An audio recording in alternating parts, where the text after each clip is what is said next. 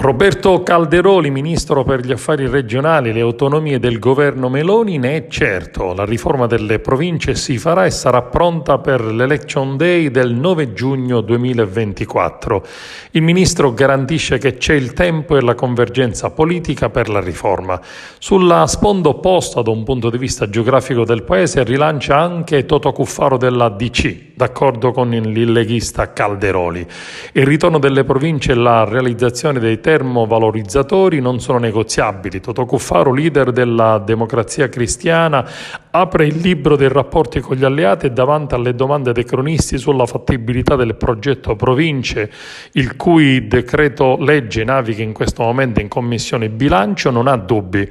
Non mi sembra che Fratelli d'Italia abbia cambiato idea, quindi si va avanti, approveremo la legge, sulla data del voto troveremo un'intesa.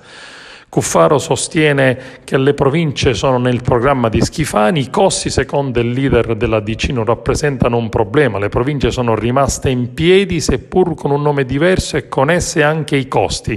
Sarebbe veramente ridicolo non farle con la scusa delle spese per indennità e gettoni di presenza. Servirebbero 5 milioni di euro subito per celebrare le elezioni e poi a regime almeno 18 milioni di euro.